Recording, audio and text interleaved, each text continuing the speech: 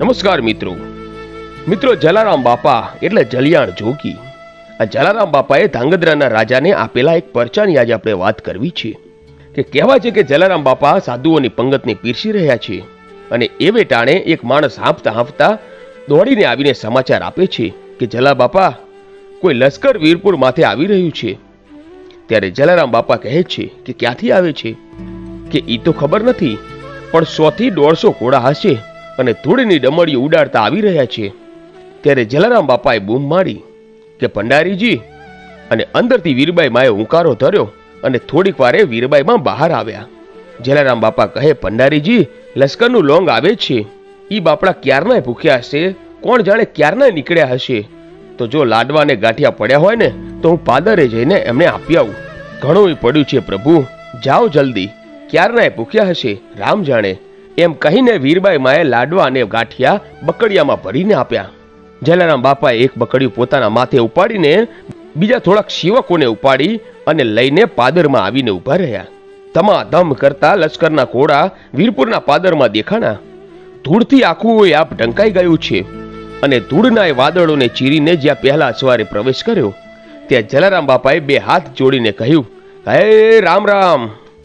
અસવારે ઘોડાનું ચોકઠું ખેંચ્યું અને ઘોડો એકદમ ઝાડ થઈ ગયો. ઘોડાના ડીલમાંથી પરસેવાની રેલો નીકળતી હતી. અસવારે જવાબ આપ્યો કે રામ રામ.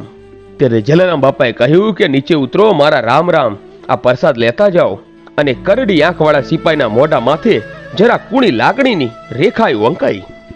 હે ભગત, અમે કઈ 1-2 અસવારો નથી હો, 150 માણસ છીએ કે બધાને મારો ઠાકર મહારાજ આપી દેશે. આ ઘોડાને જરાક આરામ દો અને તમે નીચે ઉતરો. તમે કોણ બાપા? સિપાઈના મોઢામાંથી સવાલ સરી પડ્યો. મને તો જગત જલો ભગત કહે છે. પછી સિપાઈ નીચે ઉતર્યો અને ત્યાં તો એક પછી એક સિપાઈઓ આવતા ગયા અને જલા ભગતે 150 જેટલા સિપાઈઓને લાંડવા અને ગાંઠી આપ્યા. અન્ન ક્ષેત્રની તજા તેદી જલા ભગતની જગ્યા છોડીને પાદર લગી પહોંચી ગઈ. 150 માણસો લાડવાને ગાંઠિયા ખાઈને પાદરમાં આરામ કરવા લાગ્યા અને એક અસવાર ઘોડે ચડીને દૂરથી આવેલા ધાંગધ્રાના મહારાજની સામે ગયો અને એમને વાત કરી કે એક ભગત વધાઈને લાડવાને ગાંઠિયા આપીને પાદરમાં ઊભા છે. પછી તો ધાંગધ્રાના મહારાજ પોતાના પરિવાર સાથે પ્રભાસ પાટણની યાત્રાએ જવા નીકળ્યા હતા. આ વાત સાંભળતા વીરપુરના પાદરમાં વિસામો લેવાનું નક્કી કર્યું અને મહારાજ જ્યારે વીરપુરના પાદરમાં આવ્યા ત્યારે જલારામ ભગત ત્યાં ઉભેલા. ભગતે રામ રામ કહ્યું અને ધાંગધ્રાના રાજાએ રામ રામનો જવાબ આપ્યો અને જલારામ ભગતને જોવા લાગ્યા. સીધો સાદો લુહાણો, એક આંખ જરાક ઝીણી, સફેદ બાસ્તા જેવું કેડિયું, મોઢા માથે દેવતાય તેજના ફુવારા ઉડે, નિર્દોષ ચહેરો. જલારામ ભગતે કહ્યું કે બાપુ, ઠાકર મહારાજનો પ્રસાદ લેતા જાઓ. કે ભગત, આટલી બધી મોટી સવારીને તમે કેમ કરીને હરિહર કરાવશો?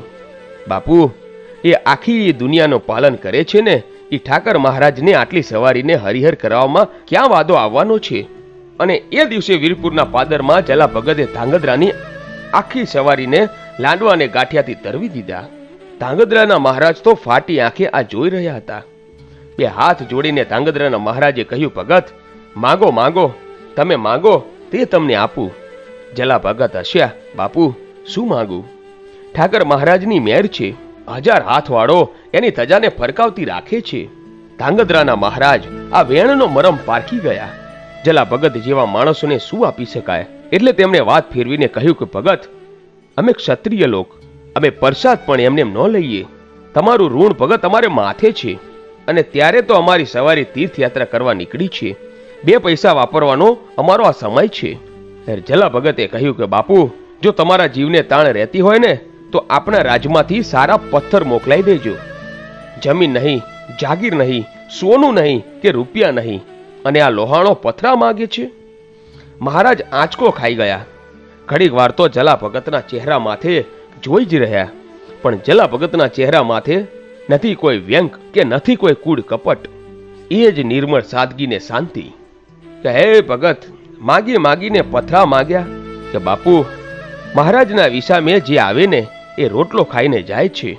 ઘણી વાર તો સાધુ સંતોનો મેળો થઈ જાય છે અને એ વેટાણી કંટીનો લોટ પૂરો નથી થતો. દણા દળવા પડે છે, પણ નાની કંટીએ કેટલો લોટ દળાય? જો સારા પથરામાં મોટી ઘંટી હોય ને તો વધુ લોટ ઉતરે. મેં સાંભળ્યું છે કે તાંગધ્રાના રજવાડામાં પથરા સારા બહુ થાય છે, તો અમારી આ વિપદા ટળે બસ. અરે ભગત, પથરા તો મોકલીશું, પણ જમીન જાગીર માંગો. અરે તમારા આશરા ધર્મ માટે જોઈએ ને તો 8-10 ગામ આપી દઉં.